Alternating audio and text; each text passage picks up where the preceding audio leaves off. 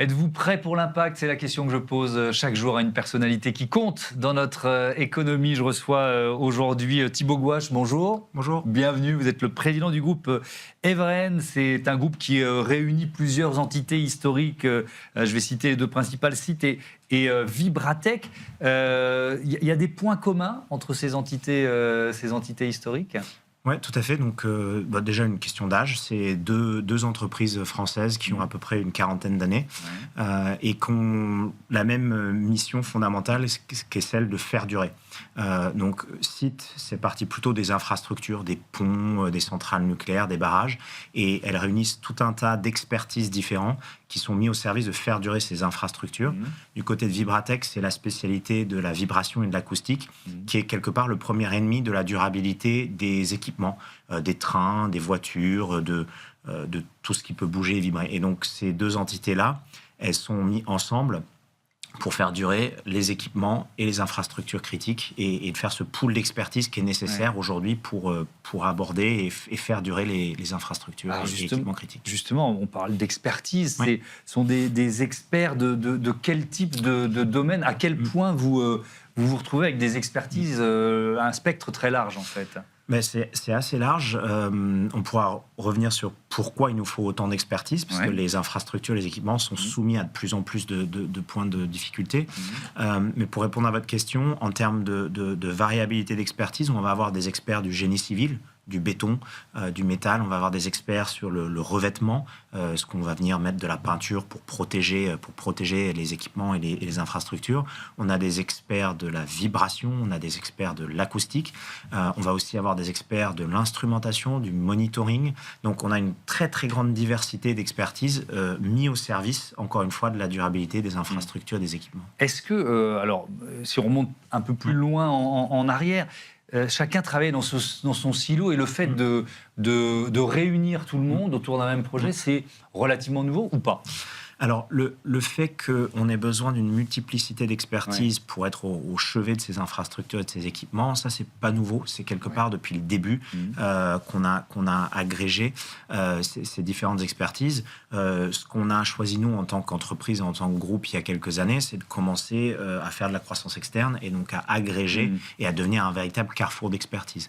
Donc, le geste initial, il était là. Maintenant, on commence à agréger de plus en plus d'entreprises autour de ce projet de faire durer les infrastructures, les équipements. Ouais, avec cette bannière commune, en quelque sorte, qui s'appelle Everen. Qui est nouvelle. Vous venez c'était l'an dernier, c'est ça? Tout à fait, c'est en 2025. On a créé finalement un nom de famille. On avait des prénoms avec des personnalités très fortes et on s'est doté d'un nom de famille, donc le groupe Everen, qui est ce carrefour d'expertise. Il a du sens, ce nom? On y met beaucoup de choses différentes. Vous avez quelque part une notion de durabilité. Vous avez un peu le mot anglais ever à l'intérieur. Vous avez une notion d'énergie. On est très présent dans le secteur de l'énergie également. Il y a aussi une notion d'excellence. Vous y voyez un peu l'Everest. Ce que j'aime bien avec le nom, c'est comme quand on nomme un enfant. Vous y mettez quelque chose et puis l'enfant fait ce qu'il veut lui de ce prénom. Il va grandir, ce nom. Exactement. Et donc ce nom va grandir et nous accompagner. C'est un groupe français, indépendant. Qu'est-ce qu'on peut dire de la structure du groupe Everen? Le groupe Everen, c'est une ETI française qui a une volonté et une stratégie de se développer à l'international et notamment à l'Europe. Mais on va dire que 90% aujourd'hui de notre activité est française. C'est un groupe indépendant. Cette indépendance, ça fait partie des 3 valeurs, entre guillemets, inscrites au fronton d'Everen, qui sont l'indépendance, l'expertise et le terrain. L'indépendance, elle est hyper importante pour nous parce que quand on accompagne quelqu'un qui exploite ou qui est propriétaire d'un équipement ou d'une infrastructure, il faut qu'elle s'assure qu'elle ait un avis le plus neutre possible. Cette indépendance, ça va se matérialiser très rapidement par 2 choses qui sont très importantes. La première, c'est l'indépendance capitalistique. Donc 70% du groupe est détenu par les salariés et par les managers du groupe. Et après, c'est une indépendance technologique. C'est-à-dire que nous, on va investir beaucoup dans les nouveaux produits, les nouvelles technologies pour ne jamais être dépendant, on va dire, d'un fournisseur particulier pour qu'on puisse toujours apporter le meilleur service possible à nos clients. Est-ce que vous êtes, alors je vais commencer par le négatif, est-ce que vous êtes parfois le porteur de mauvaises nouvelles? Alors oui, ça arrive, c'est sûr. Si on fait le parallèle avec le médecin, les médecins, ça arrive qu'ils nous annoncent des mauvaises nouvelles. Souvent, on a des mauvaises nouvelles parce qu'on n'a pas assez anticipé. Quelque part, la tagline du groupe, c'est voir loin et agir maintenant. Donc de temps en temps, on apporte maintenant tout de suite une mauvaise nouvelle, mais ça va être pour se projeter dans la durée, pour voir loin, pour prendre les bonnes décisions de maintenance aujourd'hui qui vont faire que l'équipement ou l'infrastructure va durer le plus longtemps possible, va coûter moins cher. Et c'est vrai que souvent, on veut retarder les investissements, on veut retarder la maintenance. Et nous, on est là pour donner le bon dosage, pour faire les bons choix, pour mettre juste ce qu'il faut, mais suffisamment tôt pour ne pas avoir des coûts importants plus tard. Est-ce qu'on est un pays particulier en termes d'infrastructures sensibles, ou est-ce que finalement on retrouve en France des problématiques qui sont les mêmes un peu partout ? Alors, on est, je pense, assez singulier en France sur les infrastructures, les équipements sensibles à deux niveaux. Le premier, c'est qu'on a des paysages très variés. On a de la montagne, ce qui fait qu'on a beaucoup de tunnels, on a beaucoup de ponts. On a aussi fait le choix du nucléaire et de l'hydraulique, ce qui fait qu'on a un certain nombre d'infrastructures. Et on a fait des choix d'indépendance stratégique. Et donc, on a des infrastructures de défense également qui sont particulières et dont il faut prendre soin. Et donc, en ce sens-là, on est plutôt assez unique en France parce qu'on a beaucoup d'infrastructures. Et après, si on dézoome, l'Europe a également beaucoup d'infrastructures avec les Alpes qui sont posées quelque part un petit peu au plein milieu. Et par ailleurs, on a une culture de la maintenance qui est plutôt assez élevée en France. On n'en fait pas tout à fait assez, mais quand je compare à l'état des infrastructures américaines ou dans d'autres parties du monde, on peut, et là c'est le citoyen qui parle, être assez fier et assez rassuré sur le fait qu'on s'occupe bien de nos infrastructures. Ouais. Avec évidemment les questions du changement climatique, du risque, des risques liés à ces changements climatiques. Vous dites ceci: dans un monde où les infrastructures sont de plus en plus exposées aux aléas climatiques, aux pressions énergétiques, garantir leur fiabilité est un enjeu de souveraineté. Est-ce que cet enjeu, il est suffisamment compris par vos interlocuteurs publics, que ce soit l'État ou les collectivités locales, surtout dans une période où les budgets de ces dits interlocuteurs publics sont en berne? Alors, c'est jamais simple. Enfin, la collectivité publique, elle est contrainte. Et il y a un élément supplémentaire que je pourrais vous partager, c'est que construire du neuf, ça s'inaugure. On fait une très belle cérémonie, on très bien ce que vous voulez dire, oui. etc. C'est quelque part, nos métiers, ils sont parfois un peu frustrants parce qu'au fond, si on fait bien notre métier, personne s'en rend compte. C'est-à-dire que nous, les exploitants de ponts, de tunnels, la collectivité publique, ce qu'ils nous demandent, c'est de nous assurer que l'infrastructure, elle est dans les meilleures conditions possibles, sans qu'on dérange du tout son exploitation. Que nous tous, en tant que citoyens, on ne se rende pas compte que le tunnel, il a été entretenu, que le pont, il a été inspecté, que la centrale, elle a été monitorée.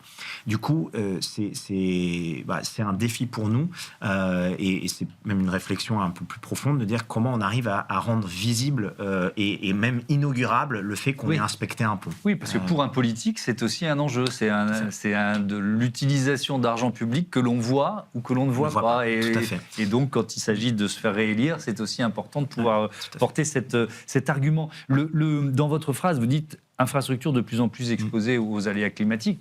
C'est une évidence. Nous, on l'est dans nos vies quotidiennes. Donc, les infrastructures aussi. Avec quelles conséquences ? Alors, il y a plusieurs... Parce qu'il y a tant d'aléas climatiques que c'est difficile de répondre à la question, mais peut-être le point le plus critique. Tiens, par exemple, c'est une question totalement de Béotien, mais je pense aux millions de Français, il y en a qui nous regardent, dont les maisons sont concernées aujourd'hui par le problème du gonflement retrait argile. Est-ce que c'est vrai aussi pour les infrastructures ? Tout à fait. Pour moi, il y a face...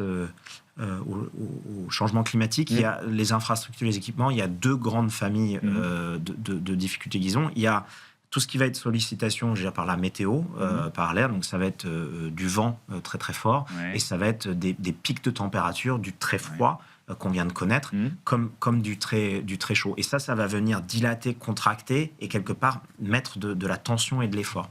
Et après, vous avez ce que vous décrivez, qui est en dessous, c'est le sol. Le sol, il va devenir très sec, ou très humide. Vous allez avoir des glissements de terrain. Et là où avant, on pouvait considérer finalement l'environnement de nos infrastructures comme assez stable, de plus en plus, on est amené à regarder la stabilité et la menace que l'environnement peut peser. Donc, c'est soit le sol en dessous qui évolue et qui change, soit c'est le sol à côté. Et il va falloir mettre en place des protections.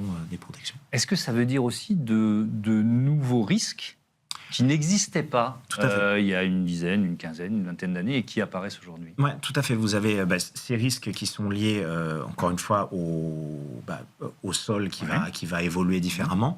Après, si on dézoome, il y a la contrainte climatique. Donc là, c'est plutôt un sujet d'adaptation, ce dont on vient de parler. Il y a la réduction des émissions de gaz à effet de serre, qui est un énorme enjeu. Et là, qui est couplée à la contrainte budgétaire. Pourquoi je la couple? Parce que aujourd'hui, plutôt que de construire une nouvelle infrastructure, on va vouloir prolonger la durée de vie de cette infrastructure. Voire, on va vouloir augmenter ce qu'elle est capable de faire. Vous allez avoir un pont. Ce pont, initialement, il était prévu uniquement pour faire passer un tramway. Eh bien, on va vouloir ajouter une passerelle piétonne. Ça, on prend un ouvrage et on lui en demande plus que ce pourquoi elle avait été conçue. C'est aussi pour ça qu'au sein du groupe, on a des ingénieurs qui sont capables de faire du calcul et de conseiller les maîtres d'ouvrage, les collectivités publiques pour cet ouvrage-là, vous allez pouvoir, en le renforçant ici et là, augmenter sa capacité portante.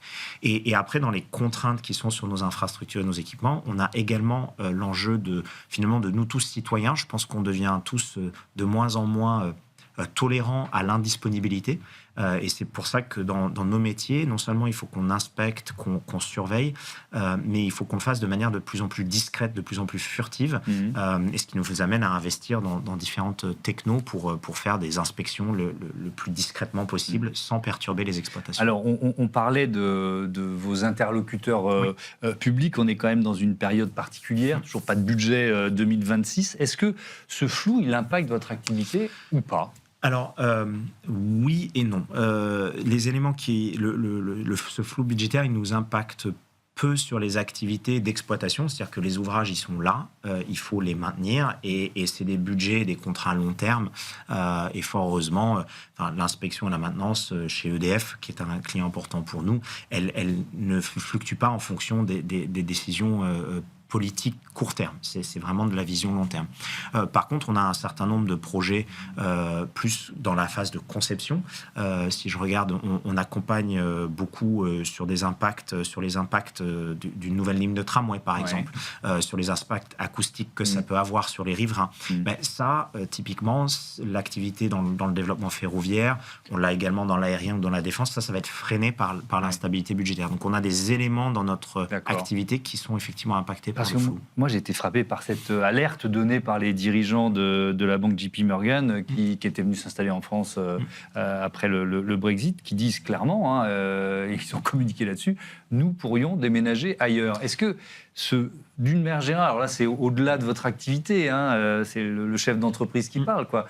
Est-ce que ce climat général finalement vous inquiète ? Alors, ou est-ce que vous vous dites, on a des fondamentaux, on est un pays qui reste puissant et on va sortir de cette crise? Ouais. Alors, forcément, quand il y a du flou, il y a un loup. Donc, l'instabilité, le flou, c'est jamais bon. Et on voit bien que on se pose des questions. Nous, quand on fait nos exercices budgétaires, on se pose des questions de comment vont évoluer les charges patronales, salariales. Donc, ça met du flou et c'est vrai que c'est jamais une bonne petite musique. Maintenant, quand on dézoome sur la situation actuelle, pas obligé que la France en tête et l'Europe en général, c'est le bassin de consommation le plus grand du monde. On a des technologies, on a des fondamentaux qui sont bons. On a l'énergie, on a une énergie décarbonée en France qui est extrêmement vertueuse. Donc moi, je suis pas inquiet sur le long terme, mais oui, sur le court terme et sur l'année, c'est sûr qu'on serait plus confortable si on avait un peu plus de visibilité sur les budgets étatiques. Bon, j'ai commencé par les questions un peu pessimistes. Ça tombe bien parce que Valérie Brisac, qui préside la communauté des entreprises à mission, qui était à votre place la semaine dernière, elle vous demande d'être optimiste. On l'écoute. Bonjour Thibault. Alors pour faire écho à la nouvelle année, quelles sont vos 3 raisons d'être optimiste pour l'économie française en 2026 ? Alors, c'est une bonne question. C'est vrai qu'actuellement, avec les quelques nouvelles, des fois, on pourrait juste être un peu pessimiste. Oui, tout à fait. Sûr. Ça va résonner un petit peu avec cette notion d'impact, mais moi, je vois de plus en plus d'entrepreneurs, de dirigeants d'entreprises qui, sans renier le caractère et la vocation économique de l'entreprise, se plongent dans les notions d'entreprise à mission et mettent la mission de l'entreprise avant sa rentabilité économique. Et c'est... Alors, on voit le déployer un petit peu dans des grands groupes, etc. Mais surtout, l'impulsion première de beaucoup de dirigeants et de jeunes entrepreneurs que moi, je peux rencontrer est tournée vers ça. Après, les autres... moi, je suis très enthousiaste et je pense que les bonnes utilisations de l'intelligence artificielle me réjouissent plutôt. Alors, je sais que ça donne beaucoup d'inquiétudes sur le... On y reviendra en détail sur l'IA, parce que c'est un thème que je trouve intéressant. Ça donne beaucoup d'inquiétudes sur est-ce que ça va prendre nos jobs, etc. Mais je pense que c'est comme la révolution agricole. Au moment où on a mécanisé l'agriculture, c'est aussi et surtout énormément de tâches pénibles et fatigantes qui ont été supprimées et qu'on a pu automatiser. Donc, je dirais, moi, alors j'en ai pas trop, mais j'en ai plutôt deux. C'est sur toutes les bonnes utilisations qu'on voit de l'intelligence artificielle, alors qu'ils font moins le buzz, parce que le positif a tendance à moins faire parler que le négatif. Et puis, ce fourmillement de bonnes idées et de gens qui partent pour créer des activités et des associations également, avec des missions très nobles. Devenir entreprise à mission, vous y songez, vous y avez songé, ou finalement vous vous dites, bon, c'est pas prioritaire pour un groupe comme le nôtre? Alors, c'est prendre le cadre de l'entreprise à mission, en tout cas, la loi Pacte, etc. En fait, c'est quelque chose qu'on n'a pas fait encore. Néanmoins, c'est quelque chose qui était dans l'impulsion initiale. Sur les sujets société à mission ou RSE, nous, on commence toujours par rappeler qu'il y a 40 ans, les autres différentes entreprises du groupe Everen, elles ont été créées pour faire durer. L'infrastructure. Et au fond, tous les jours, on se réveille pour mettre de l'expertise autour d'éviter de déconstruire une infrastructure, de la faire durer le plus longtemps possible. Donc, la durabilité, elle est dans votre ADN. Elle est dans notre ADN et dans notre raison d'être. Alors, je dis raison d'être au sens pourquoi on a été créé au départ.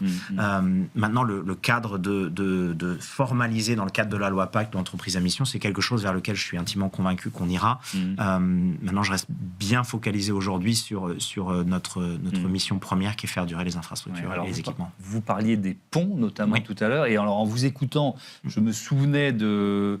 l'accident du pont de Gênes, je recherchais la date, 14 août 2018. Alors ça a provoqué quoi? Une prise de conscience, et derrière ma question, il y a l'état des ponts français aujourd'hui. On en est où? Alors, typiquement, suite à l'accident du pont de Gênes, il y avait eu tout un travail, notamment d'une commission sénatoriale en France, sur l'état des ponts. Et puis après, il y avait des budgets exceptionnels qui avaient été votés, notamment dans le cadre du plan de relance, pour faire le plan national pont, qui avait été encadré par le CEREMA, et ça avait consisté en deux choses. C'était premièrement un recensement de l'ensemble des ponts en France et de faire quelque part leur carnet de santé. Nous, nos équipes d'inspecteurs y ont beaucoup participé. Et maintenant, on est dans une deuxième phase où les ponts les plus impactés ou les plus dégradés, on est dans une phase où on les étudie, on voit comment on peut les renforcer et comment on peut les réparer. Ce qui est certain, c'est que là, il y a des enjeux budgétaires pour que les collectivités locales elles aient de quoi réparer les ponts. Néanmoins, ça a quand même permis de voir deux choses. Un, l'état des ponts est plutôt bon. Il y a des enjeux sur quelques ponts et quelques murs de soutènement, mais l'état de notre infrastructure en France est quand même assez bon. Par contre, il y a besoin d'aider un certain nombre de petites collectivités à mieux maintenir et mieux suivre leurs ponts. Quelque part, il y a eu un grand volet de décentralisation de l'État il y a quelques années, mais on a les moyens pour les petites collectivités pour prendre soin de leur infrastructure n'a pas forcément suivi. Il y a du monitoring sur ces infrastructures, mais sur toutes les infrastructures sur lesquelles vous travaillez, c'est-à-dire... vous parliez d'IA tout à l'heure, mais des capteurs, donc, c'est l'un de vos métiers. Oui, tout à fait. Si on veut s'assurer qu'une infrastructure dure ou un équipement le plus longtemps possible, donc on va s'assurer que c'est bien conçu, Donc ça, c'est nos ingénieurs d'études, qu'ils soient vibratoires, génie civil. On va s'assurer que c'est bien construit. On est capable d'envoyer des gens sur place pour vérifier, soit en usine, soit sur le terrain, pour vérifier que les gens appliquent bien les bonnes méthodes. On va après inspecter. C'est ce que je vous racontais sur le plan national pont. Et quand on se dit, l'inspection, on a quelques doutes, on va pouvoir faire deux choses. Il y a le monitoring, c'est-à-dire qu'on va mettre des capteurs et on va suivre en temps réel l'évolution de l'ouvrage. Donc, ça peut aller à des... Ça peut être très très simple. Ça nous arrive de mettre un simple capteur suivi de fissures dans une église ou dans une mairie, jusqu'à des systèmes d'instrumentation très complexes qu'on va déployer sur le viaduc de Millau, par exemple, où il y a entre 200 et 400 capteurs partout sur le viaduc de Millau ou sur une centrale nucléaire ou sur un barrage. Et après, il y a un deuxième volet qui est plutôt du test et de la mesure. C'est-à-dire que des fois, on se dit qu'on n'a pas forcément besoin de mettre du monitoring H24, mais par contre, on va juste passer un examen, un test. Je prends l'exemple d'un pont.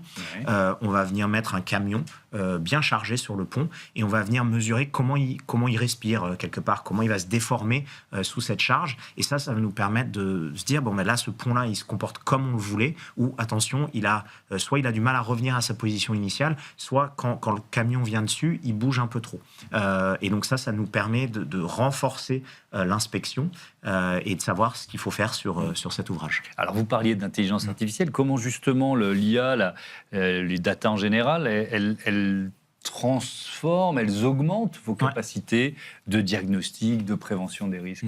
Alors, il y a deux volets. Le premier, c'est dans le quotidien, c'est l'automatisation d'un certain nombre de tâches qui vont faire que nos experts, ils passent plus de temps à réfléchir au problème qui est posé, qui est la santé de leur infrastructure, et moins à faire de la paperasse. D'accord. Donc ça, c'est un premier gros sujet qui est lié aussi avec la performance économique de l'entreprise.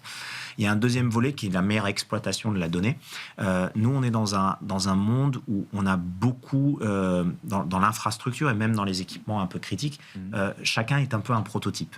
Un viaduc de Millau, une tour Eiffel, la pyramide du Louvre, qui sont parmi les ouvrages qu'on surveille. C'est des pièces uniques.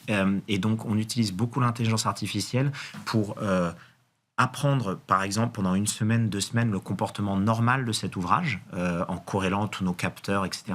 Et on a développé des algorithmes qui permettent d'identifier dès qu'il y a une déviation par rapport au comportement normal. C'est une sorte, on parle souvent de jumeaux numériques, c'est un peu cette logique-là, en quelque sorte. C'est ça. C'est quelque part, c'est être capable d'encapsuler le comportement normal dans un modèle numérique et qui va nous permettre de lever une alerte dès qu'il y a une déviation. Alors, vous avez des exemples récents, justement, de monuments ou d'équipements sensibles comme ça, sur lesquels le monitoring et peut-être l'IA au service du monitoring a permis d'anticiper? Oui, tout à fait. Vous avez un certain nombre alors, on demande souvent de ne pas forcément citer les ouvrages, mais on a un pont qu'on surveille aujourd'hui avec des haubans et des petits bains, et vous avez des enjeux. Enfin, c'est un pont qui vieillit assez vite, et avec entre des algorithmes qui à la fois utilisent de l'image et de l'analyse vibratoire, on a été capable de détecter qu'il y avait une accélération des ruptures dans ces câbles-là. Donc, on a amené le gestionnaire de cet ouvrage de décider de le réparer plus tôt que prévu. Donc ça, c'est typiquement des monitorings qu'on n'était pas capable de faire sans l'intelligence artificielle, parce que là, vous avez vraiment un enjeu de fusion de données et images et acoustiques. Et on a été capable de développer des algorithmes qui ont permis de détecter ces problèmes-là. Ouais. Allez, il nous reste un peu moins de 2 minutes. On n'a pas beaucoup parlé du S de RSE. Et je voudrais qu'on se concentre sur la place des femmes, parce que vous êtes forcément une entreprise d'ingénieurs, de formation scientifique. On sait qu'il y a très peu de femmes, ou en tout cas pas assez dans ces formations. Tout à fait. Est-ce que ça bouge? Alors, ça bouge, mais pas assez vite. Nous, en tant qu'entreprise, il y a 2 volets sur lesquels on essaie de travailler. Alors, déjà, il y a s'assurer que chez nous, tout le monde est confortable, quelle que soit son origine, son sexe, etc. Donc ça, on y travaille, on y est extrêmement vigilant. La deuxième chose, c'est que c'est un travail au long cours, et on incite nos collaborateurs et collaboratrices à participer à des événements de présentation des métiers techniques et scientifiques, notamment au niveau des collèges. Alors, je fais de la pub pour l'association Elle Bouge, parce que c'est une association qui porte un certain nombre de ces sujets-là sur lesquels nous, on participe, pour donner l'exemple et rappeler qu'il y a beaucoup de carrières absolument passionnantes dans nos métiers, que ce soit des métiers de techniciens et techniciennes, d'ingénieurs, et que c'est ouvert à la fois aux hommes et aux femmes de manière totalement indifférente. Et vous en voyez l'effet ? Pour l'instant, non. Il y a plutôt une baisse de la quantité de candidatures féminines qu'on peut recevoir. Mais encore une fois, c'est un travail au long cours. On est là pour faire durer. On fait durer les infrastructures, mais on réfléchit aussi long terme pour l'entreprise. Je sais que ce sera payant dans 10 ans. C'est-à-dire que les collégiennes qu'on voit aujourd'hui, dans 10 ans, elles arriveront sur le marché du travail. Et j'espère que la petite goutte d'eau qu'on contribue en présentant des profils et des carrières féminines techniques feront que quelques collégiennes décideront d'aller un peu plus vers les sciences et les maths. Merci beaucoup Thibaut Gouache et à bientôt sur Bismarck for Change. Merci, on passe à notre rubrique Startup tout de suite.